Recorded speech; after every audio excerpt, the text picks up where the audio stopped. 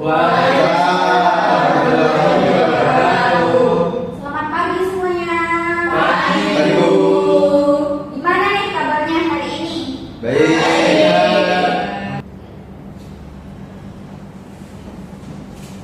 Baik, sebelum Ibu memulai pembelajaran pada pagi hari ini, silakan Kepala kelas untuk memulai doa terlebih dahulu. Sebelum memulai pembelajaran pada pagi hari ini, marilah kita berdoa menurut keyakinan masing-masing. Berdoa mulai. Berdoa selesai. Baik, sebelum itu Ibu akan memulai presensi terlebih dahulu ya. Apakah hari ini ada yang tidak hadir? Hadir, Bu. Hadir semua ya, alhamdulillah. Berarti sehat semua ya. Alhamdulillah. Baik, sebelum kita memulai pembelajaran hari ini, Ibu mau tanya nih, kemarin kita belajar apa saja? Membagikan berita cetak dan digital. Betul sekali. Berarti kalian sudah paham semua ya cara membandingkan berita cetak dan berita digital. Nah, jadi karena kalian sudah paham bagaimana cara membandingkan berita cetak dan digital, jadi kita akan melanjutkan ke materi yang selanjutnya, yaitu adalah unsur-unsur teks berita. Nah, di sini kalian akan diharapkan untuk mampu menganalisis unsur-unsur teks berita dalam teks berita eksplanasi yang dibaca, serta dapat mengembangkan literasi informasi dan kecakapan untuk menyajikan teks berita sederhana dengan baik, menarik, dan akurat. Baik, sebelumnya Ibu mau tanya nih, siapa saja yang udah mengetahui apa saja unsur-unsur dari teks berita? Saya, Bu. Baik, silakan Mas Rio. Judul, teras berita, dan isi berita. Baik, tepat sekali seperti yang dikatakan oleh Mas Rio tadi, unsur berita itu ada 3 bagian. Jadi yang pertama itu ada judul berita, teras berita, dan isi berita. Nah, sekarang Ibu mau tanya nih, jika unsur berita itu diibaratkan menjadi sebuah film, nah, judul berita itu termasuk bagian apa? Coba Mbak India jawab. Sama seperti judul film di poster, Bu. Karena menurut saya itu adalah bagian paling atas dan menarik perhatian, Bu. Betul sekali Mbak India, benar. Jadi judul berita jika diibaratkan sebagai sebuah film itu adalah judulnya ya. Jadi bagian paling depan atau paling atas yang bisa menarik perhatian audiensnya gitu. Serta memberikan gambaran singkat tentang apa yang dibahas begitu. Baik, sekarang kalian pahamkan tentang judul berita itu seperti apa. Nah, sekarang coba kalau teras berita jika diibaratkan sebagai sebuah film, seperti apa itu? Coba Mbak Ade dijawab. Kalau menurut saya teras berita ini bisa diibaratkan seperti trailer film, Bu. Karena di dalamnya ini terdapat konflik utamanya itu ditunjukkan, terus juga siapa saja tokohnya, dan membuat penonton penasaran ingin menonton film tersebut. Baik, tepat sekali. Seperti yang disampaikan oleh Mbak Ade tadi, jika dalam sebuah film, teras berita itu termasuk trailernya ya, atau cuplikannya yang menunjukkan konflik utamanya, apa yang dibahas, siapa tokohnya, dan biasanya membuat penonton itu tertarik gitu untuk menonton film tersebut. Nah, jika dalam berita itu biasanya teras berita ini terletak di bagian paragraf pertama setelah judul. Nah, di sini biasanya teras berita itu menjawab pertanyaan dari 5W1H, serta biasanya teras berita itu juga menyampaikan inti peristiwa secara singkat begitu.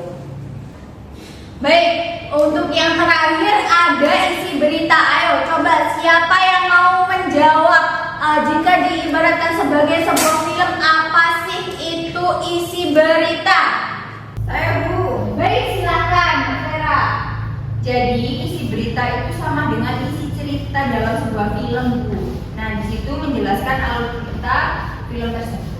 Ya, tepat sekali apa yang telah disampaikan oleh Mbak Vera tadi. Jadi, isi berita ini dalam sebuah film merupakan isi ceritanya ya, yang menjelaskan secara rinci apa saja yang terjadi, bagaimana kejadiannya, siapa saja yang terlibat, dan bagaimana dari akhir cerita tersebut sama dengan berita. Nah, di berita juga isi berita ini menjelaskan secara rinci apa saja yang terjadi, bagaimana kejadiannya terjadi, sama siapa saja yang terlibat dari kejadian tersebut, dan bagaimana akhir dari berita tersebut, seperti dampaknya atau manfaatnya gitu. Nah, jadi selanjutnya karena kalian sudah paham mengenai apa itu unsur-unsur berita, yang selanjutnya Ibu mempunyai contoh dari teks berita. Coba kalian perhatikan terlebih dahulu. Apakah terlihat? Terlihat.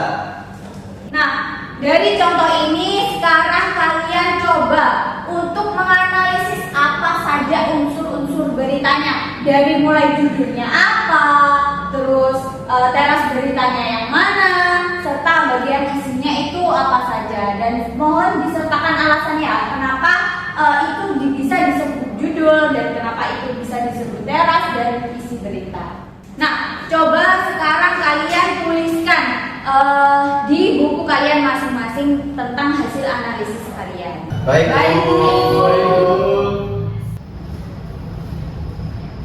Gimana Denis? Apakah bisa? Bisa Bu, apa Bu?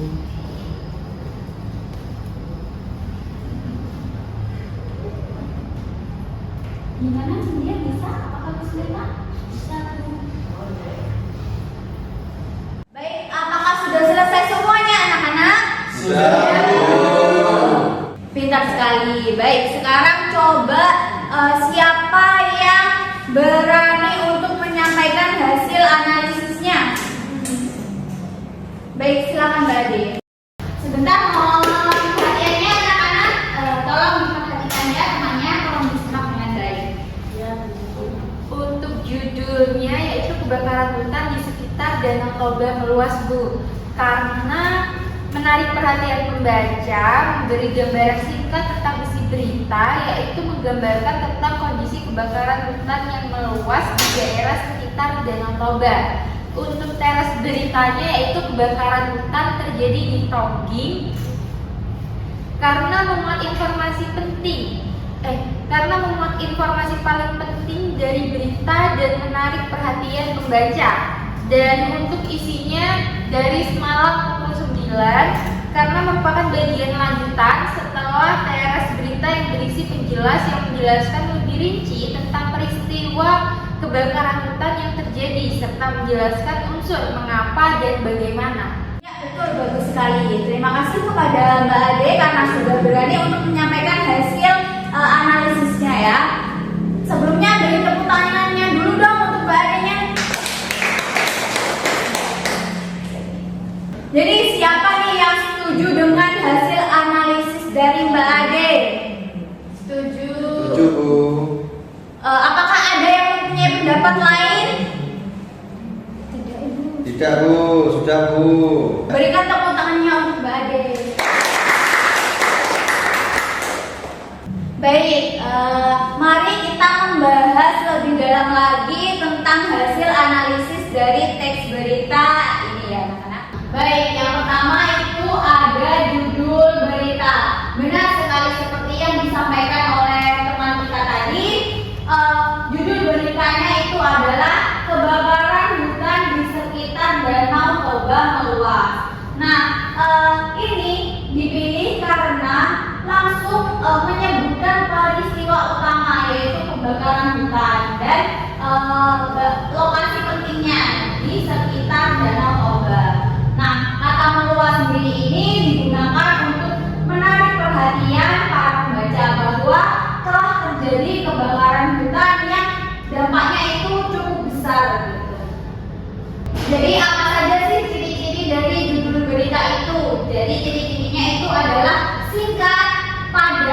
jelas, menarik perhatian, dan mengandung unsur-unsur penting dari peristiwa.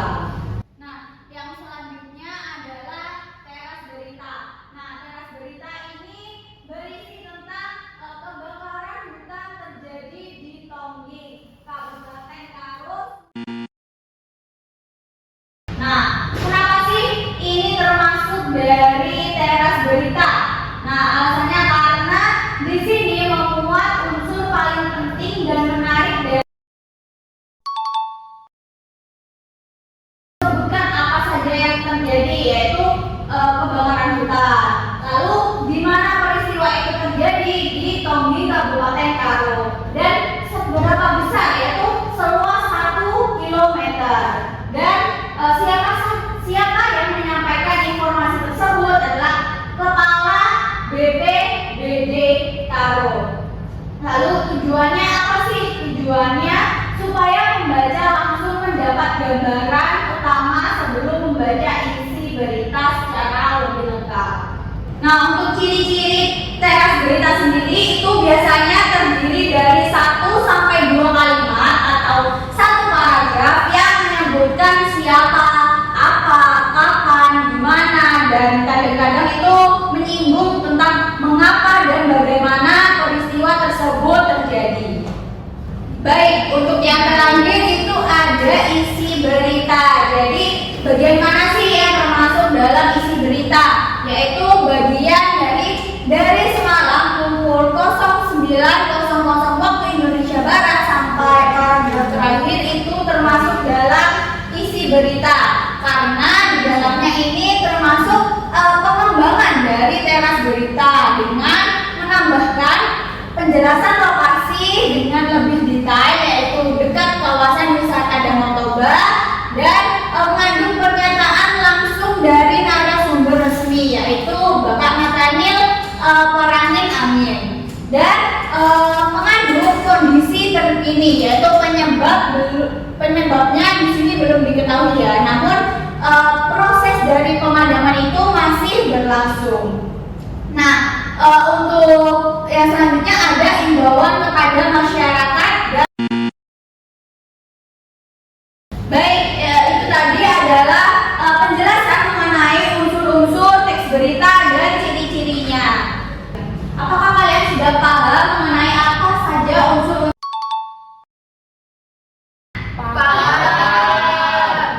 Baik, kalau sudah paham semua, coba Ibu mau salah satu siswa menjelaskan kesimpulan dari materi yang sudah kita pelajari hari ini. Ibu. Baik, silakan Mas Dio. Jadi judul berita itu adalah bagian teratas yang dapat menarik perhatian audiens. Lalu teras berita itu berisi dari inti peristiwa, dan isi berita itu adalah yang menjelaskan lebih lengkapnya tentang peristiwanya. Baik, tepat sekali. Itu tadi adalah kesimpulan dari pengertian unsur-unsur teks berita. Baik, untuk yang selanjutnya Ibu mau bertanya nih, bagian mana saja sih yang menarik dari pembelajaran hari ini? Saya mau menjawab, Bu. Baik, coba Mbak Nilia. Menurut saya bagian yang paling menarik saat menganalisis unsur berita tadi adalah pada bagian teras berita, Bu. Karena di bagian teras berita itu kita bisa langsung menemukan inti dari peristiwa yang terjadi, kemudian mulai dari apa yang terjadi, di mana lokasi kejadiannya, siapa yang narasumbernya, dan seberapa besar dampaknya, Bu. Baik, bagus sekali Mbak Nilia. Terima kasih ya. Baik anak-anak, kalian hari ini sangat luar biasa ya, karena sudah berani menyampaikan pendapat, berani menyampaikan hasil analisis, dan saling mendengarkan satu sama lain. Coba tepuk tangannya untuk diri sendiri.